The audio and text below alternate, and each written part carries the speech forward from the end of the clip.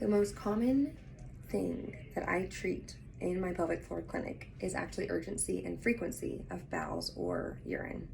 So there's a lot of pelvic floor physical therapists. All of them have a different type of specialty, but that is my jam. If you think you're thinking about your bowels or your bladder way too often, that's what I treat all day long. And then I usually refer back to this graph whenever we talk about urgency and frequency. The pelvic floor is always on, and that is what is so lovely about it.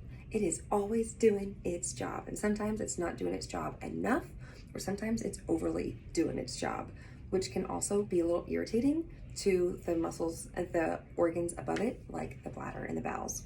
So I'm going to zoom in right here. This is how much your pelvic floor is on when you're walking.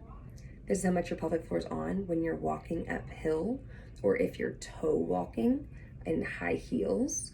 And this is how much your pelvic floor is working when you're carrying 20-pound baby, 20 pounds of groceries, 20 pounds of weight because you're pregnant, or 20 pounds of weight because it's Christmas time. But either way, when you are unloading groceries, you just went to HEB, you did not want to use their public restroom, so then you already have an urge to go because your bladder's full. It did its job in HEB, and your bladder held that urine that long.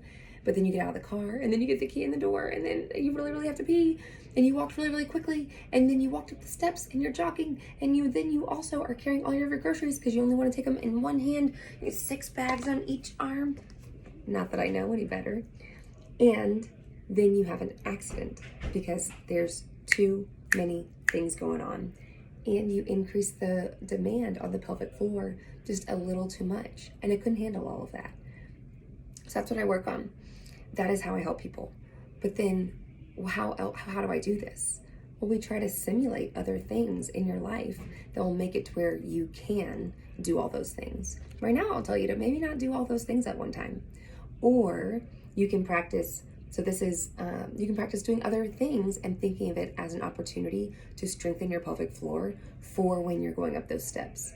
This is cardiovascular, like riding a bike. This is riding a bike really fast. This is standing in the saddle, like for Peloton.